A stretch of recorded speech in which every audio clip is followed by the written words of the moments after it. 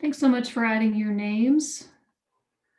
We're going to give people just a couple more minutes to get going and to join us tonight. Happy New Year, by the way. A new year, yay, 2021. It's going to be a great year because we're planning on that.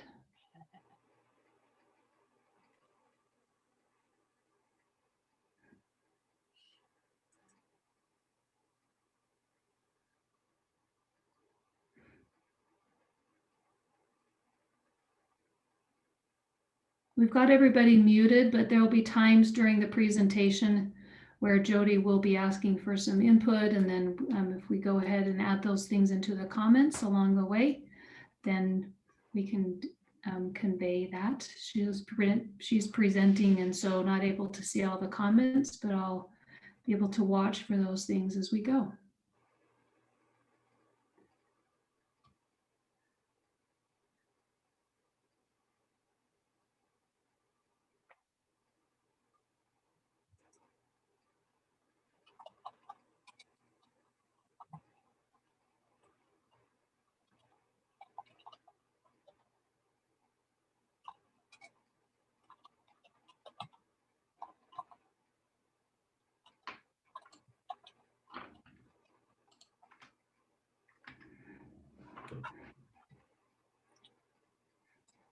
Okay, should we give it one more minute, Jody, and then we'll get started here? Sure. Awesome.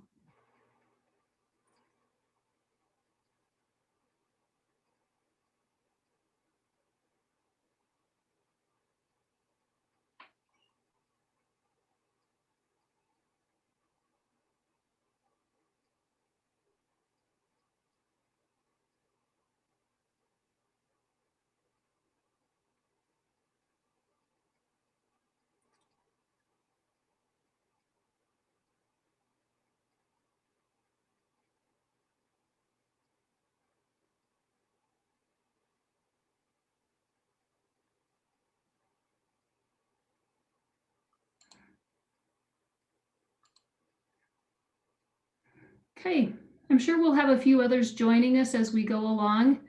Looking at the time, we'll get things started here. Thanks so much for being here tonight.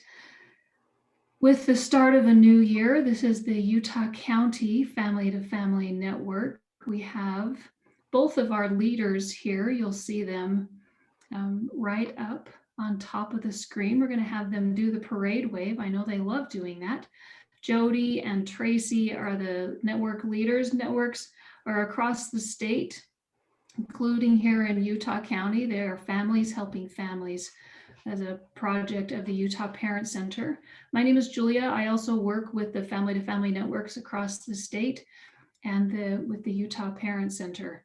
Tonight, we are thrilled because we get Jody on double duty as a network leader and as a presenter talking to us about the ABCs of special needs. And I'm going to put it right over to her and let her take it away. She's going to do her introduction. Thanks. Thanks. Thanks for putting in your kids' names and diagnoses. It's sometimes really hard to get a new diagnosis, and sometimes it feels it's ongoing. I see some of you got diagnoses as your kids were older, and that can be hard as well. So let's talk about some things that we feel like can help. So there's a lot of variance in what is classified as special needs. There are those who have special needs that it doesn't affect their day-to-day lives that often. And then there's some that it affects everything that they do. And 13% of Utah's children have special needs, which I think is a pretty high amount. And that's just for those that are actually diagnosed. I'm sure there's many more that have gone undiagnosed. So this is a couple of things that a couple of moms said when their child was diagnosed. One mom compared hearing about her son's diagnosis to the day the Twin Towers fell. Just like we can remember that day very clearly, she said that she can remember exactly where she was and how she felt. And another mom said that she remembers a feeling of numbness for days after her child's diagnosis. It was like I was hoping it was just a dream and at some point I would wake up. Do some of you feel like you kind of relate to that?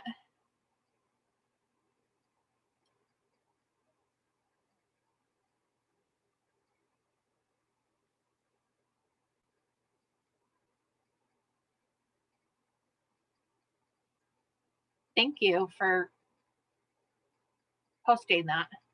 Did anybody have any significant feelings when they first heard the diagnosis? You can just put it in the chat if you do, or if you did, if you want to.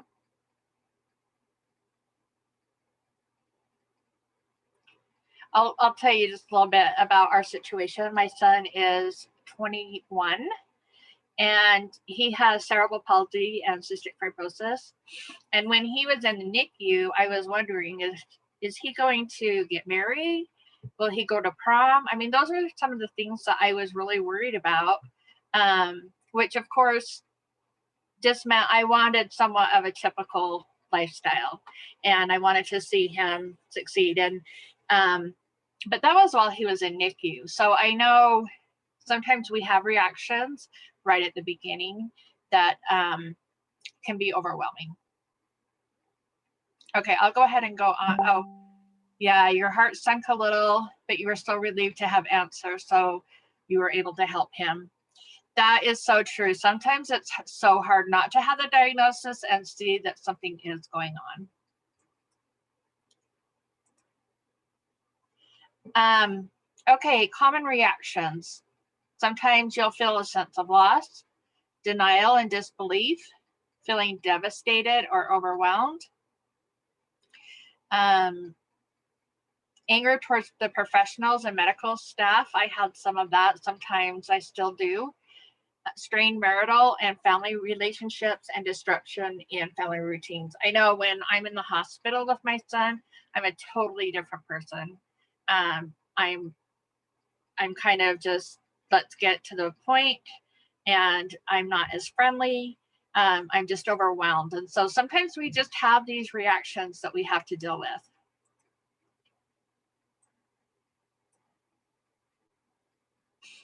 Hang on just 1 second. My screen just did something. All right, so resilience, the power of the ability to return to the original form, position, etc. after being bent, compressed, or stretched, elasticity. And sometimes it feels like we'll never be the same again. And maybe we won't, but we will be able to learn how to be resilient in different circumstances. So here's some of the challenges of accepting the diagnosis. We have distress, and we grieve the things that that we expected for our child. We sometimes wonder if that's something that we did or something that we caused. Sometimes there are a lot of doctors, appointments, therapies, all those things that kind of get us to feeling overwhelmed, that we just don't even know what's going on anymore. Every time we see someone new, they tell us to do something new. So when my son was small and we were still trying to see if he had cystic or cerebral palsy, you know, we would go to one doctor and they'd give us 2 or 3 things to do. And then we would go to another doctor and they would give us 2 or 3 things. And would go to a therapist and they would give us 2 or 3 things. All of them not understanding that all these other places were giving us things to do too. And when our early intervention person came, she asked me to stretch him every time I changed his diaper. And that was the thing that broke the camel's back for me. I lost it. I cried. I said, I just want to do something normal with him and not have to always have something that I feel like I have to do I had to do things every time we played. It was, to try and stretch his hands or whatever. And it can also feel really lonely. Sometimes people don't know how to react, and so they just kind of stop calling us or reaching out to us. And so that can be really hard. And so hopefully we can kind of talk about some of those things tonight and help us to feel better about some of those things. A father commented, "It is one thing to get the diagnosis, but that is just the beginning. The next step is figuring out your child's disability. Even with the same diagnosis, every child is going to have their own unique set of challenges to learn about." And I remember that I just wanted somebody that could completely understand me when he was younger. And they're all different. If you've met one person with special needs, you've met one person with special needs. It's not across the board, and everybody does things a little bit differently.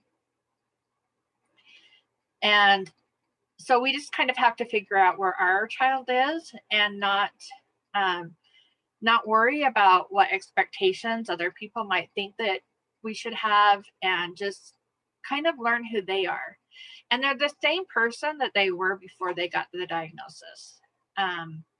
Sometimes having that diagnosis, we feel like some of you said on there, that you were just glad to know what was going on, and that's really good. And sometimes having the diagnosis can be hard for some, and so we just need to give ourselves a little bit of a break. Some tips for parents: keep informed about new treatments and technologies that may help. Work with professionals in early intervention or in the school to develop an IFSP or an IEP that reflects your child's needs and abilities. And be patient. Keep up your hope for improvement. Your child, like every child, has a whole lifetime to learn and grow. So I am curious how many of you have your children either in early intervention or in preschool or in the school setting. If you just want to comment on that. It's really important for us to do what we can. And at first I did every therapy that was imaginable. I thought I needed to do everything I could for my child. And I happened to meet a couple of friends in NICU. We all had kids at the same time.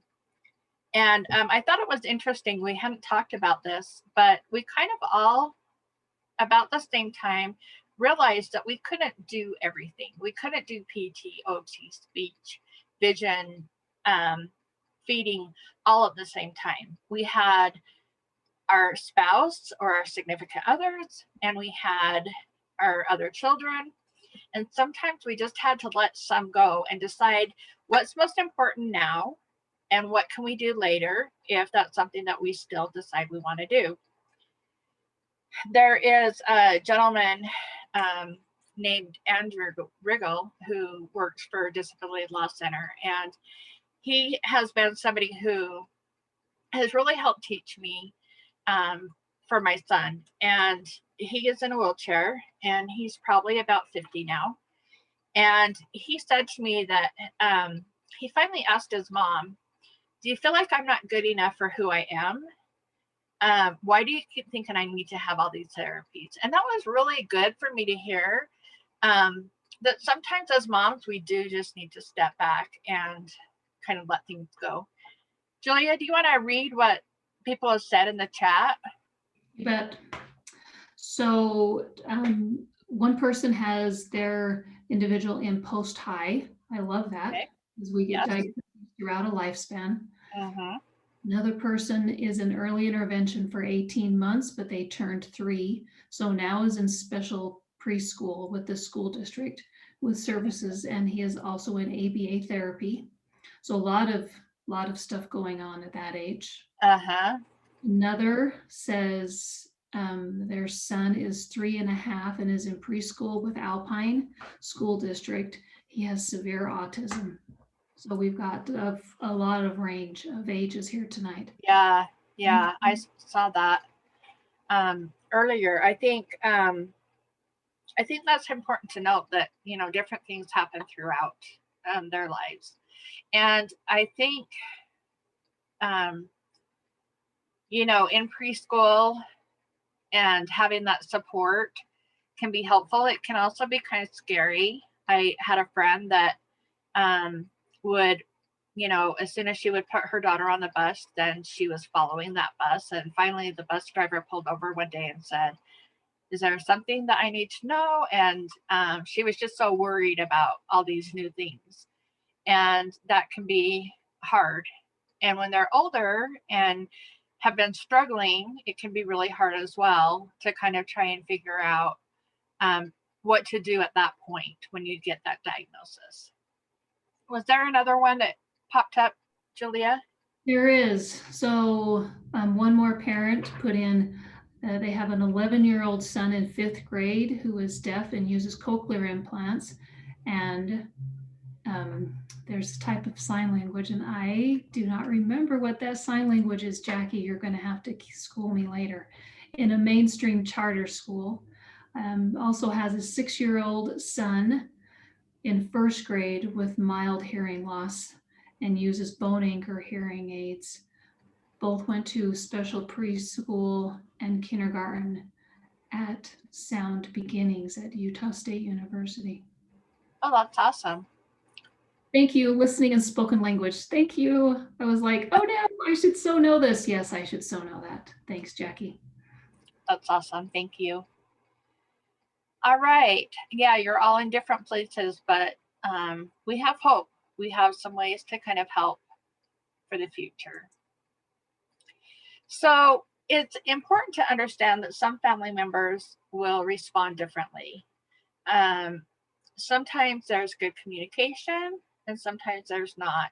One person might be in denial and need a while to kind of let it set and kind of go over things, while another person might really feel like they need to get it out and to other people and really talk about it. They may seek more opinions. One may withdraw while the other wants to talk about it. I just said that. And one parent may be uncomfortable sharing the news outside the immediate family. And they may even be angry with the person for actually sharing it. And relationships really suffer from people having children with special needs. It's hard anyway with any child. But with the other significant things that we're doing to try and help our kids with special needs, it's important that we look at how the other person does respond, and if we can, help make that easier for them, and just try and understand each other, that you're both in different places. And I know therapy can help a lot, and right now therapy is so much easier because you can do it online. And so the child can be in the home with you while you're doing it. If you're unable to find somebody, it's best to not, but there is that. I remember one time talking to a mom, and she was really frustrated that her husband wasn't showing any emotion. And she just felt like, she was the only one that was crying and that was really upset. And one night she woke up and she heard something and she couldn't figure out what it was. And she went to the closet where she heard the noise. And the dad was just huddled up, and just bawling. And so he wanted to look like he was strong for her. But, his way of dealing with it was just kind of to try and cry by himself. And so it's important that we talk about how it's affecting the other person. It's really, really important that we take care of that relationship, and that we talk about how the diagnosis helps understand the behavior. This is going to be ongoing. Sometimes we did well with this in my marriage, and sometimes we didn't. We had many years that we had a date night every single week. It didn't matter what else happened. That was something that we did, and that was very, very helpful. And it kept us connected, because sometimes that was the most that we talked to each other. throughout the week. Sometimes our days were so busy that the only time that we had was talking to each other and on our date. And a lot of times our dates was going to Walmart and doing our grocery shopping. So, but it really did help us to connect. We've started doing that again, and it's made a big difference for us again. And another thing that has helped us is that we used to kind of just want to unwind at night when we finally had our kids to sleep. And we found that we would kind of go into our own little spots and, do Facebook or read a book or something. And one thing that has also helped us is by having us just communicate every single night. My husband works afternoon, so he gets home kind of later in the evening, and we just take time to talk and not do some of those other things that we kind of needed. I also just wanted to mention, when we were first married, my husband wasn't the most romantic person, and I explained to him that I really needed that part, and he asked me to explain what romance was to him. And the reason I say that is tell you the story is because I was like, what do you mean? Like, if I tell you what it is, then it's not romantic. But what I learned is talking to him about it, he did learn, and over time was able to, do things on his own. And it's kind of that way with this, if we don't explain our feelings, they're not going to be able to know what we're going through. Sometimes we want them to understand what's going through our minds, and sometimes that's just not going to happen. Were there more comments, Julia, that we need to? Yeah, there was Okay. one that I think I also feel the very similar way. It's from Jackie, and she says, I remember walking the halls of the preschool and going into their observation rooms where I could watch my son interact in the class through one-way glass. It was so hard to let go of the reins a little. But now that he's in 5th grade, I look back and I'm so very grateful for the support we received there. That is a really powerful statement, because I remember, putting our son on the bus when he was 3 and watching on the playground. And these are really powerful moments. Thank you so much for that. Yeah, thanks for sharing that, and for everyone's comments. Please continue to share your comments on here. They're really important and will help each other as well as myself. I learn a lot from you. Yeah, I remember being so afraid to put my son on the bus. I thought I didn't do that with my older son at 3. And I just wondered, I was really scared. And what I learned was that he loved the bus. He loved going to school. He loved socializing with others. And it was a great break for me too. And I was able to kind of rejuvenate myself. So, but it's hard to let the reins go, as you said. Thank you. Also, we need to make sure that we're looking at things with our other kids. We want to make sure that they understand where their place is with their sibling, what the diagnosis means, and how it will affect us as a family, and to reassure them that they can share the information with others when they feel ready. And it's also okay for them to be embarrassed sometimes. All teens and kids get embarrassed of their siblings sometimes, or their family, or their other friends. That's kind of normal, and it's important that we keep that communication going so that we can let them feel comfortable with talking to us and going through some of those feelings that they are going through. And sometimes therapy might be really helpful for them as well, and help them to understand that it's nothing to feel ashamed about, and help them understand that it's no one's fault. That's something that we can all do, is remember that you know, this is not anybody's fault. We didn't do anything to make this happen.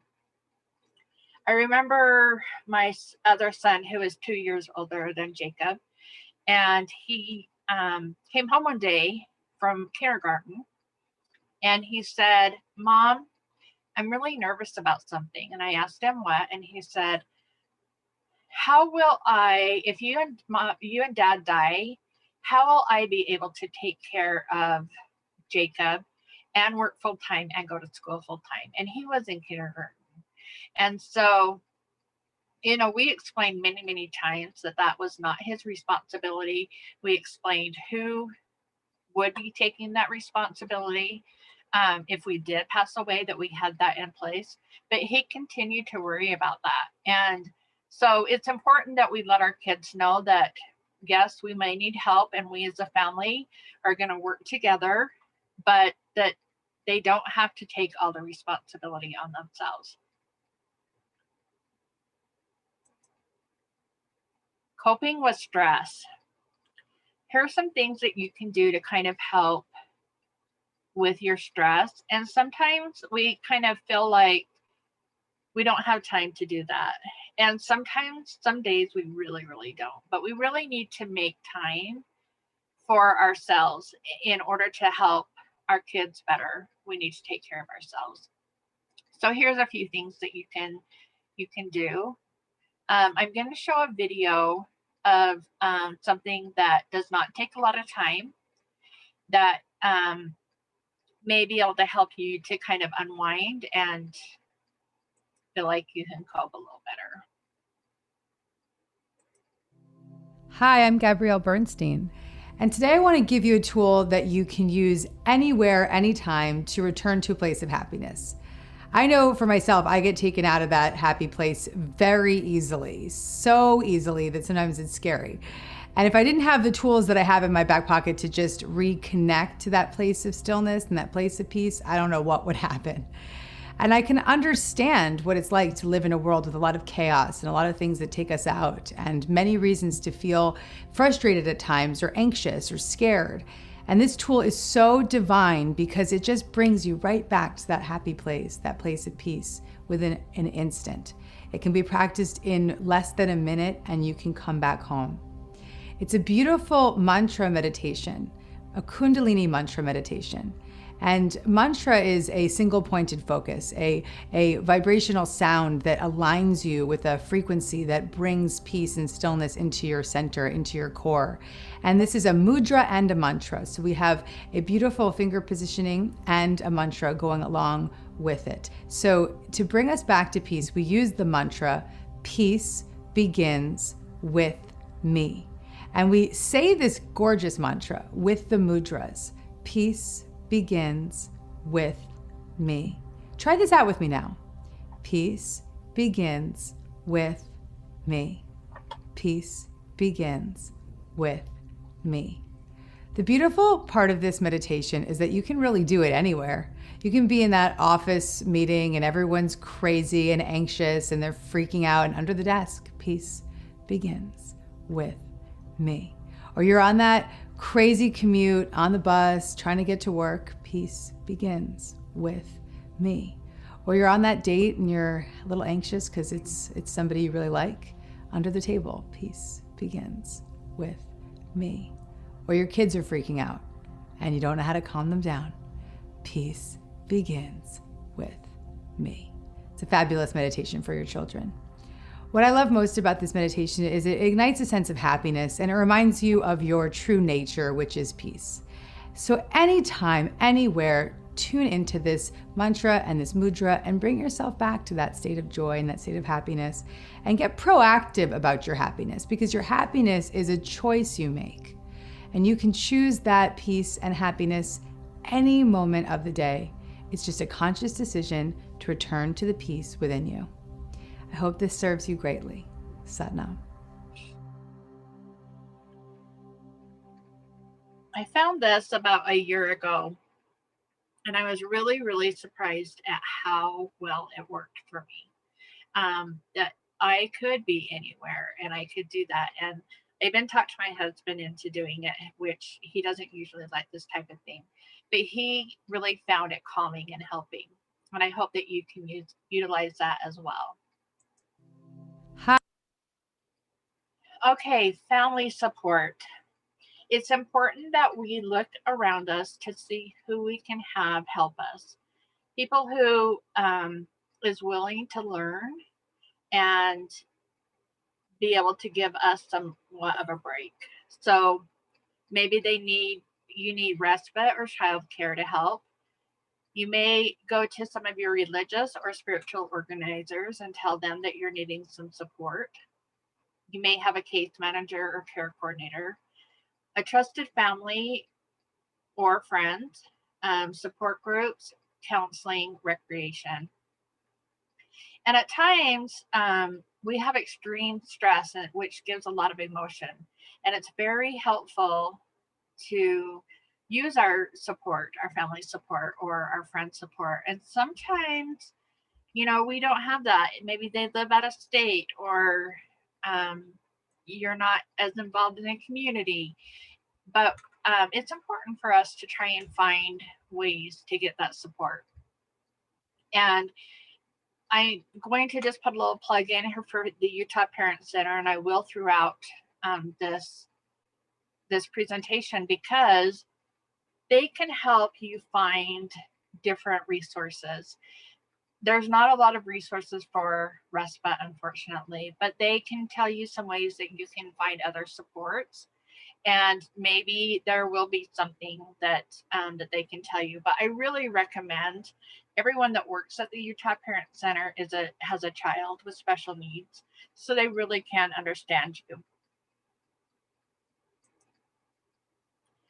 Don't tell me that worrying doesn't help. All things I worry about never happen. How often does this happen to you? We spend a lot of time worrying, and sometimes it's hard to not worry.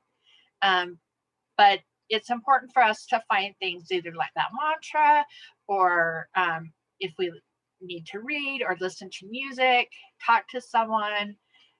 We need to find the things that can kind of help us to not think about the worrying, because a lot of times it doesn't happen.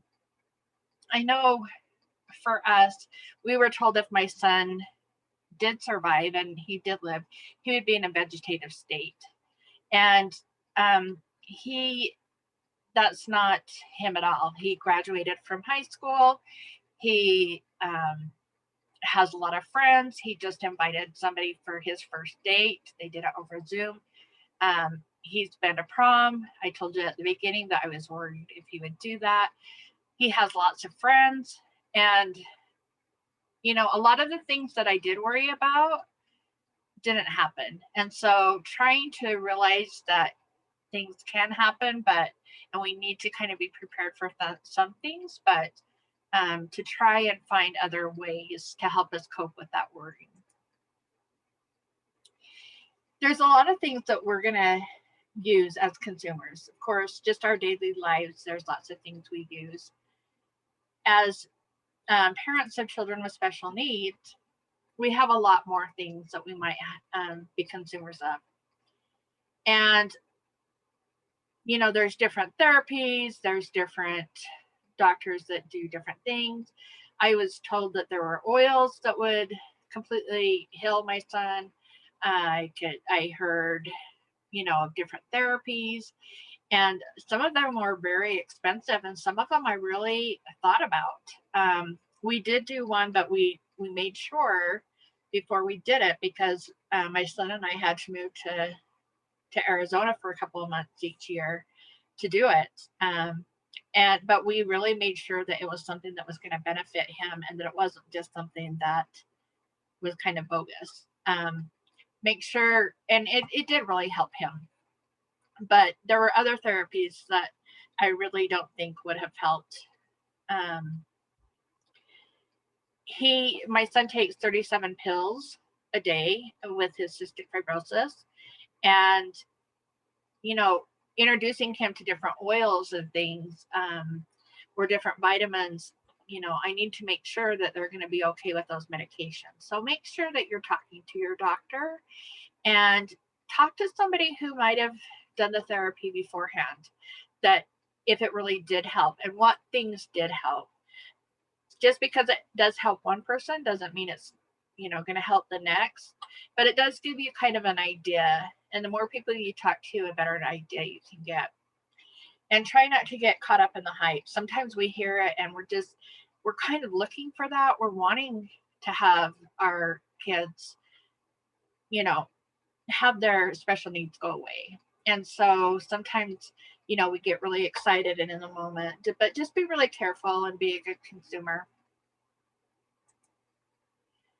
It's important to keep records. And I did put in the comments at the top, there is the website for all of these slides. And then the next one is medicalhomeportal.org. And if you look on that and go under parents, then there's a care notebook, and you can print off whatever you feel like would be helpful for you to keep together. And as most of you are kind of newer to the diagnosis, now's a really good time to do that, because you think you'll remember everything, but you don't. And so that is a way that you can get different ideas of what records to keep. Julia, it looks like there's a comment. I reposted that information from the top chat, Okay. so that people could find that again. Awesome, thank you. Anybody have anything up to this point? Things you want to say that's worked for you, things that you're really struggling with?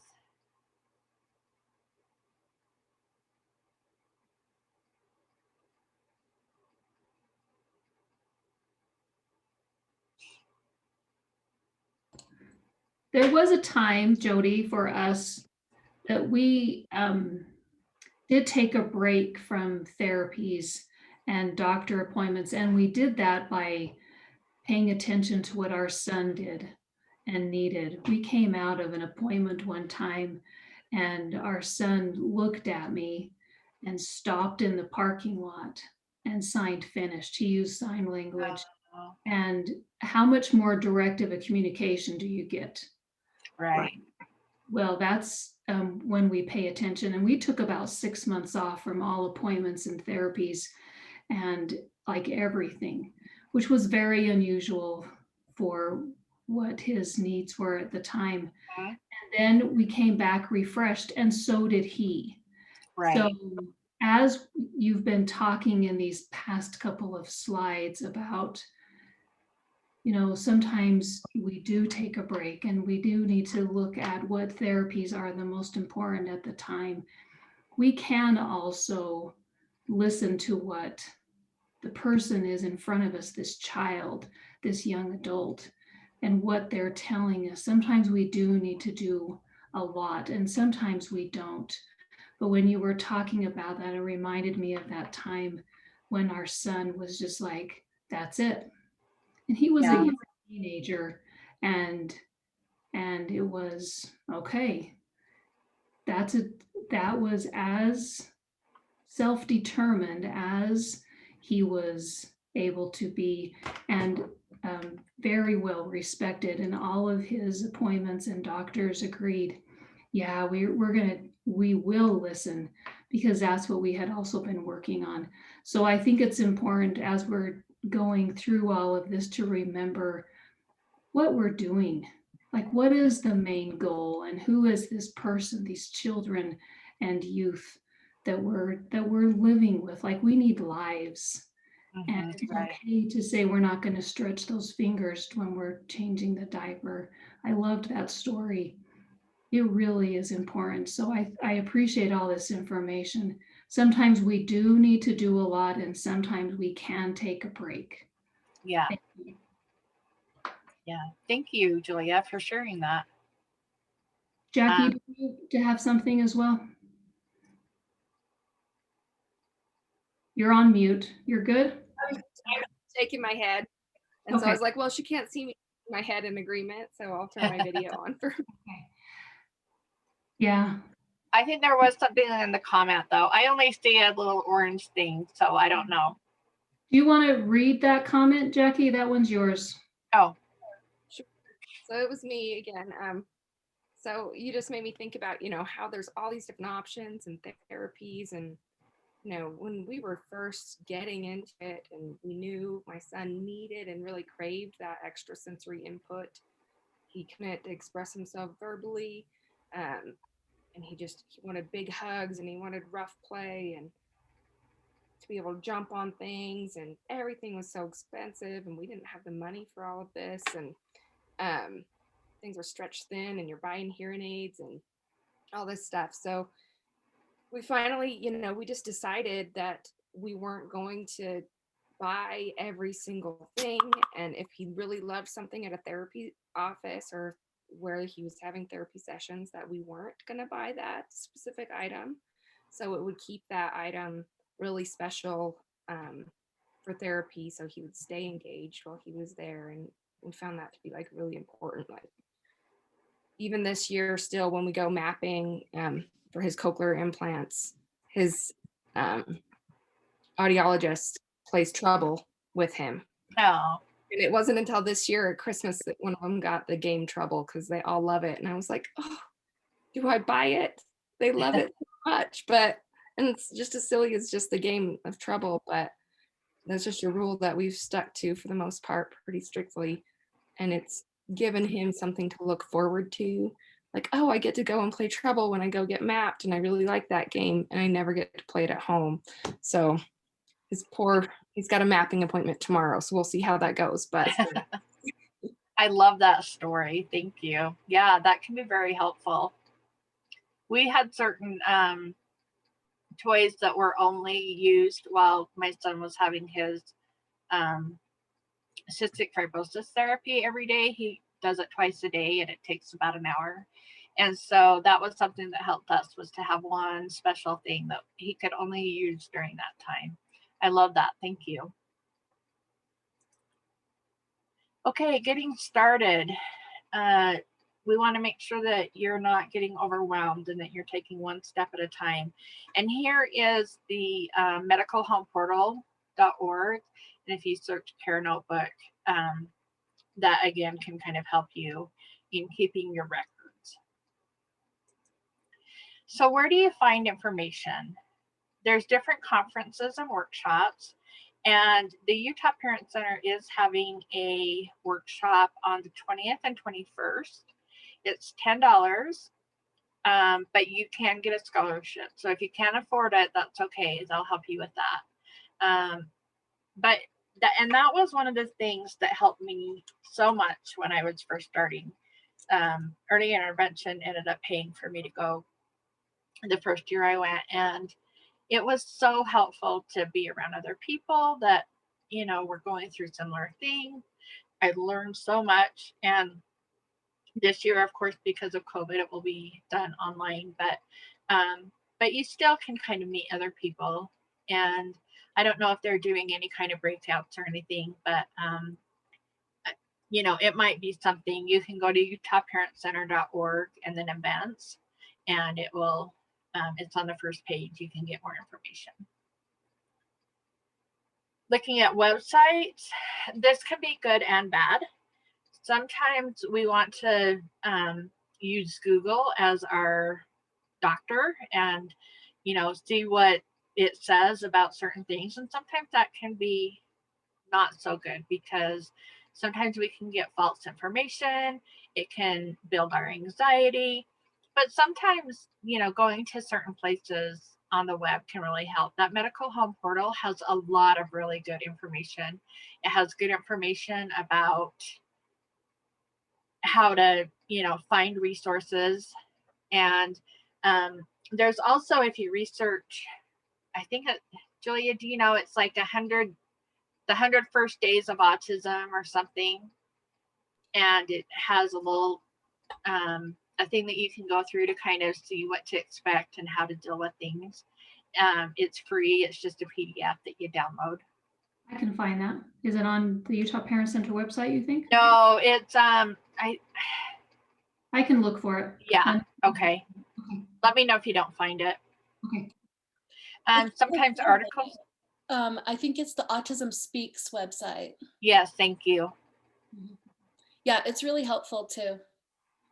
I remember reading the whole brochure, and I even sent it to my mom because it helped her to understand what autism was. You know, it kind of explained a lot about it. I'm really glad you brought that up, because that is so helpful. We need to kind of let our families know. Sometimes they just don't understand what we're going through and what autism or other special needs are.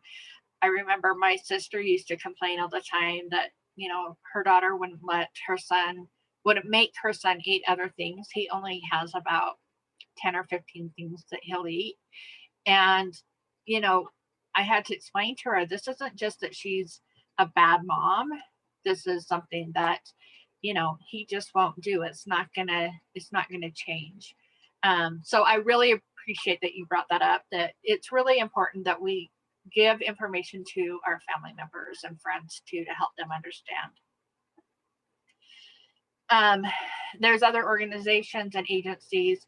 Other Parents is a great way to find out. There are places on Facebook that you can find people that are going through similar things. Again, you can call the Utah Parent Center. They can tell you some of the things that they know of that are available if you want to do that. Accessing services.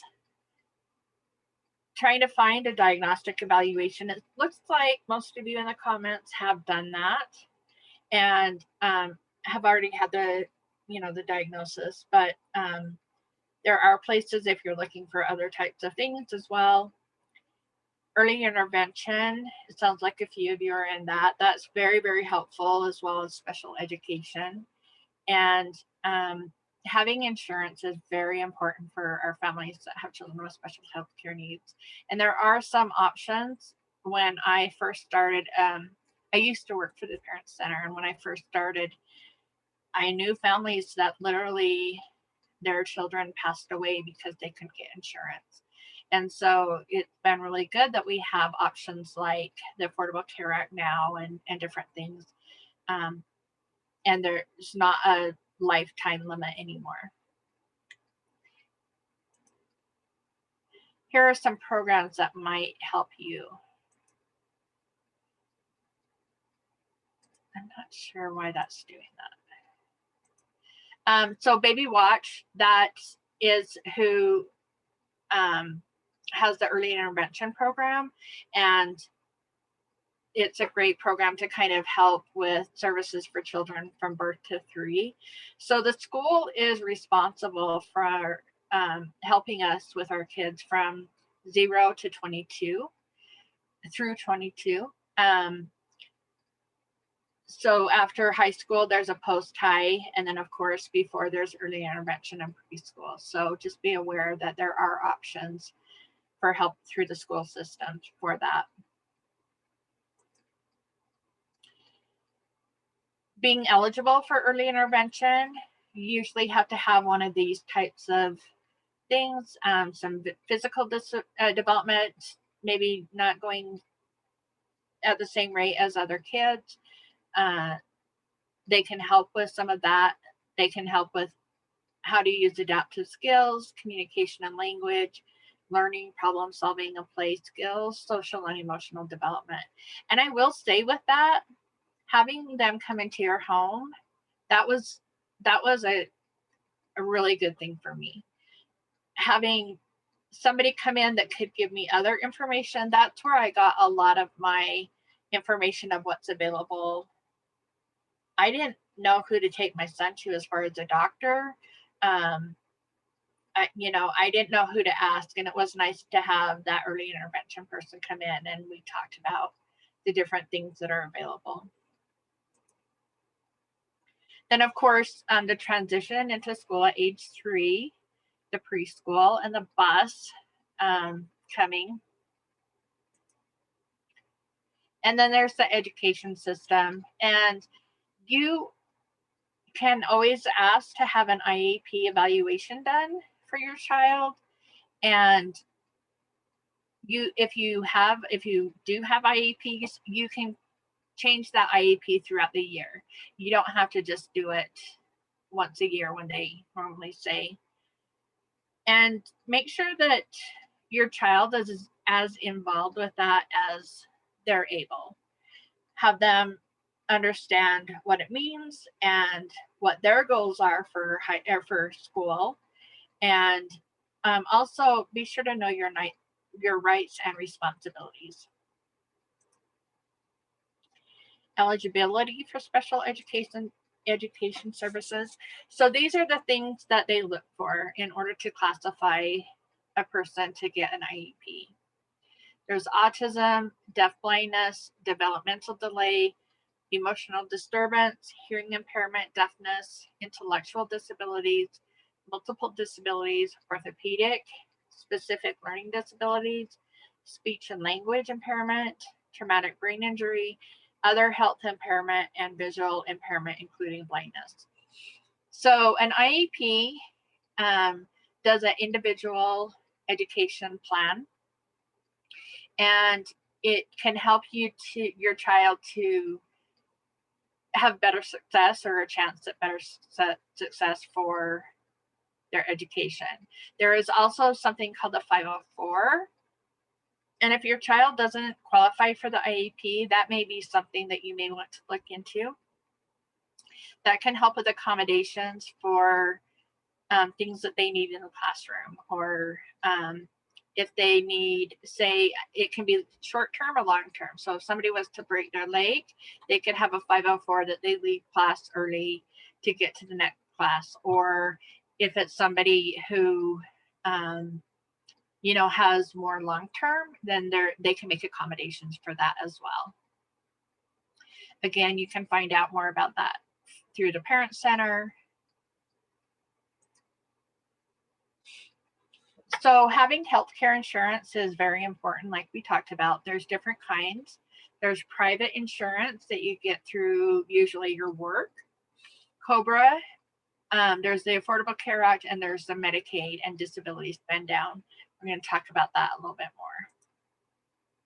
So Medicaid is a federal health insurance program for low-income children and adults, and it's managed and partially funded by the state. So that is traditional Medicaid. We're going to talk about some other Medicaids as well in just a minute.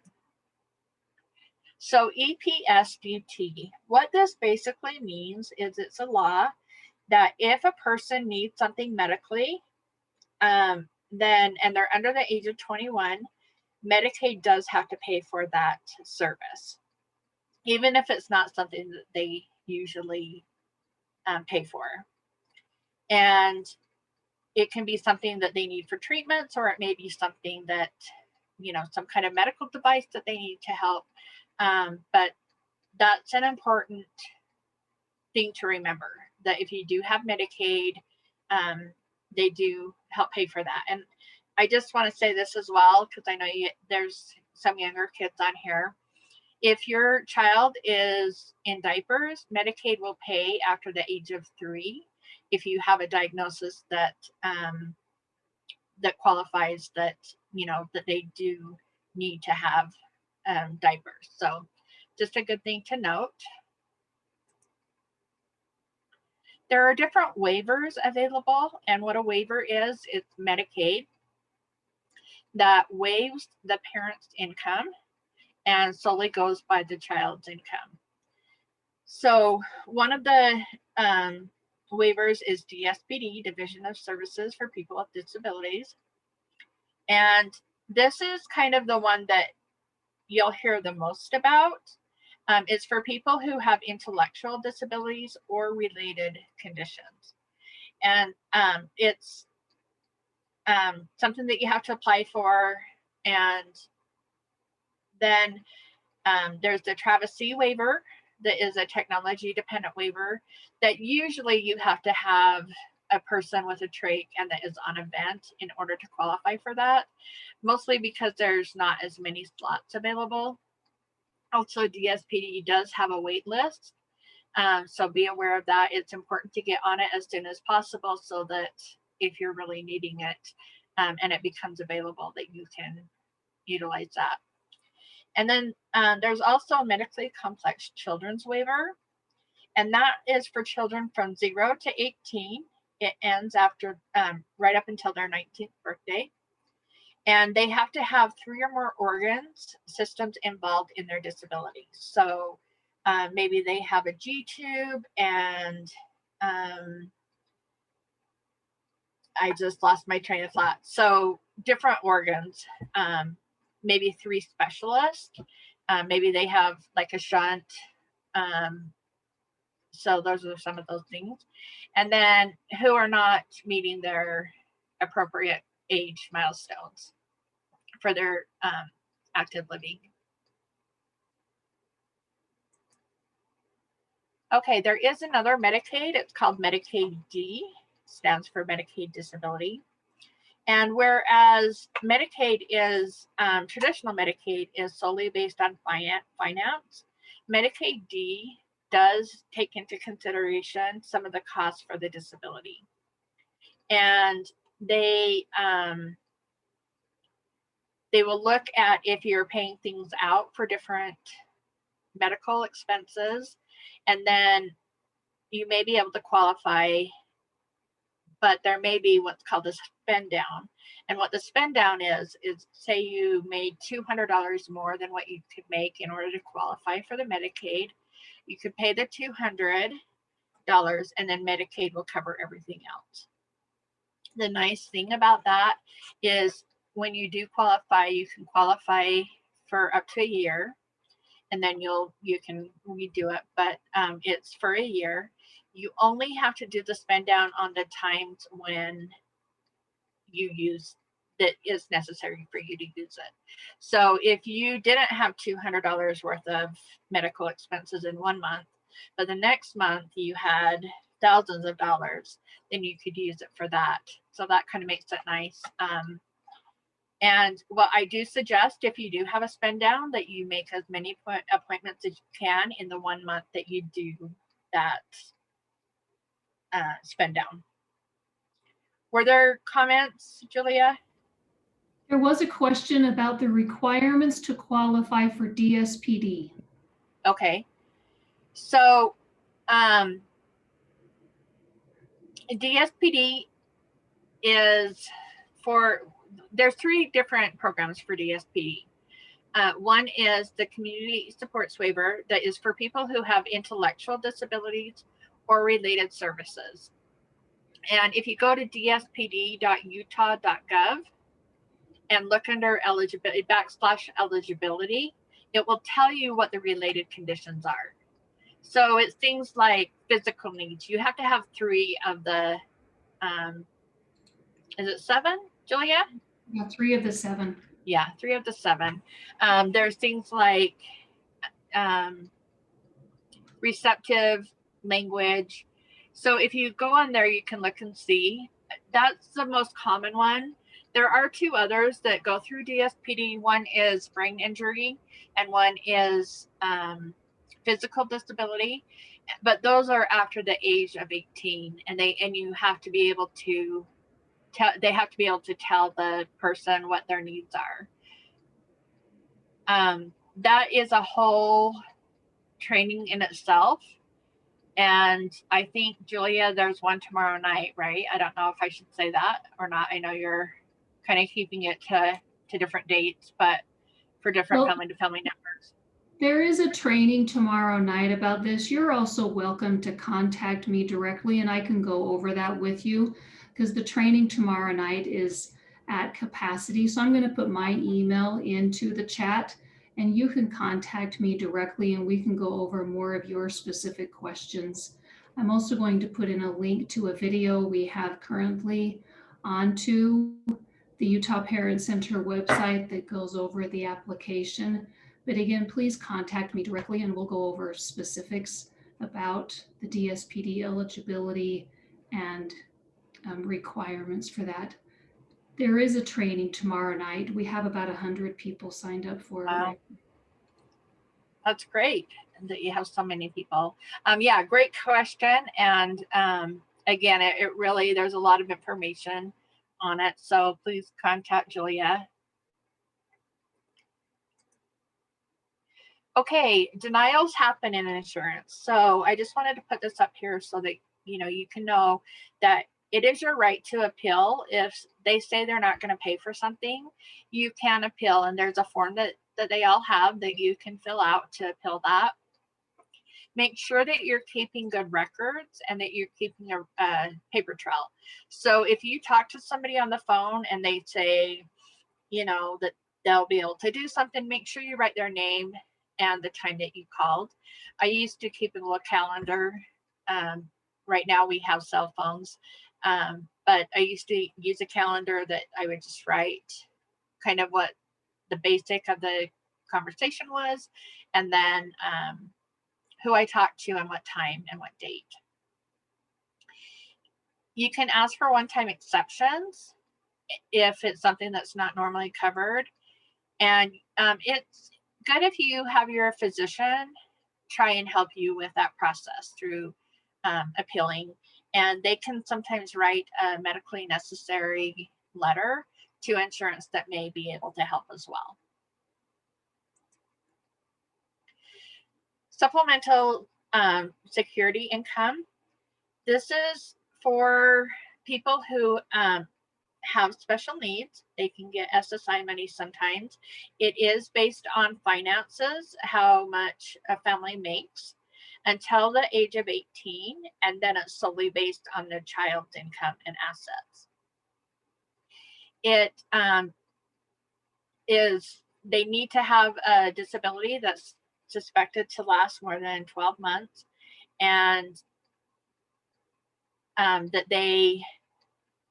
you will have to have like a psychological done on them to kind of help them to, and some medical stuff as well to help them determine if you're eligible.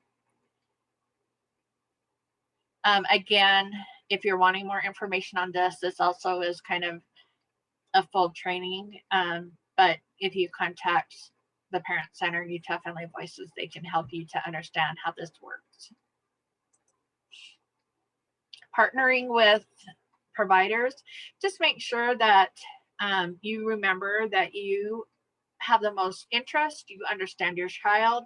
I usually tell doctors that I have a PhD, I have a parent's honorary diploma, because I know my child and have done that research on my child for 24/7 hours a day for however many years. And it's important for you to realize that, you know your child best. I had a situation where the doctor told me that my son had no signs of dehydration. And I said, I know he's dehydrated. And she just wanted to send us home. And he was kind of sick at the time as well. So we were determining if he would need to go in the hospital. So she went ahead and had labs done. And sure enough, he was very, very dehydrated. So sometimes I think we're kind of taught to not tell doctors how we feel and let them they're the expertise, but we're the expertise on our child. And so we need to work together so that, because they have the expertise in the medical part of it. And it's okay to be assertive. Just make sure that you're working as a team. All right, I just want, this is the last slide. And I told you in the beginning that my son they did not expect him to live. And if he did, that it would be he would be in a vegetative state. And don't let other people tell you what your child can and can't do, because we don't know the possibilities. I am amazed. I didn't know if my son would live this long. I certainly didn't know that he would be doing all the things that he did throughout his life. And so don't listen to what doctors say. Go by what you feel, and don't set limitations on your child. Our kids are worth letting them explore and do the things that they want to do and can do. And it's important that we don't have those limitations set. I'm not sure why this doesn't have, oh, there it is. Here's the contact information for the Utah Parent Center if you decide you want to give them a call. And I appreciate you coming tonight, and I'm more than welcome to stay. I'm more than happy to stay and answer any questions or talk about your child or whatever it is that you would like. Thank you so much, Jody. I love that video every time. There's a comment again. I'm going to let Jackie come off mute. And while we're doing that, there is a poll that I would appreciate if we can complete this poll, just to say how much we appreciate Jody tonight. But please ask questions, and let's continue to talk for just a little bit longer while we're completing that. Thank you so much. Jackie, go right ahead. Okay, so first off, thanks so much, Jody. This was just really great. I really enjoyed it, and you know, I am into these. I love support groups and parent groups and all of this stuff. And you know, there's just a lot of new information that I hadn't received before. So that was really good for me and nice to see. So thank you so much.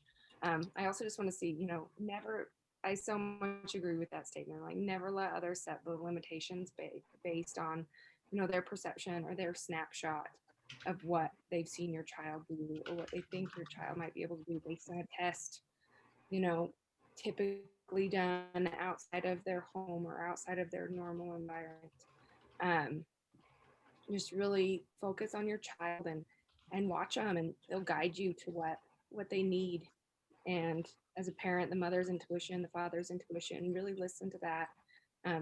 If you need to find a new professional that will work with you, that's totally okay too. You know, we had people that didn't want to work with our son and said he would never speak, and he just needed to go full ASL school that he really wanted to engage with people using spoken language. He would try to sign to him, and he would hide his face in the couch, and because he did have some hearing and he lost it, and so he understood what it was to have that back and forth, and he wanted that back. So we could tell he was ready to work for that. And he's just done so well. You know, people tell me all the time, oh, I can't even tell, you know, like he doesn't have that deaf speak, and which we fully expected that's, you know, what we would get to. And he loves to play the guitar, and he writes me little cute songs. Of course, they're all in like the note of C, but it's just such a amazing thing to when you get the right team together to help support your child, and you just listen to their needs and watch their needs. I love that story. And I've never seen that mountain biker story. Isn't that cool? It's the coolest thing I've ever seen. It's amazing. Thank you so much, Jackie, for sharing that.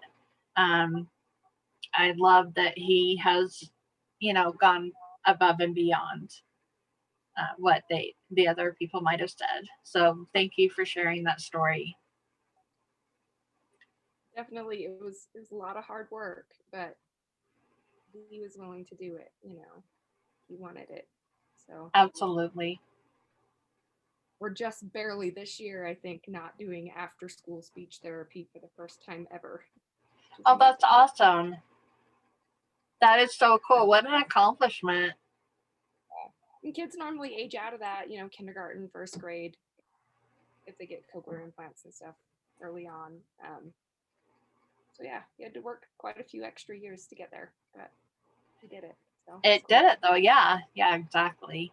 And that's a good point to bring up, because sometimes it takes longer, and just don't give up, you know. Thanks for sharing that. Thank you. This is wonderful. Anybody else? What do you guys have for next month, Jody and Tracy? What's your topic for next month? You guys meet the first Tuesday of every month? Uh-huh. Tracy, what are we doing next month? What February.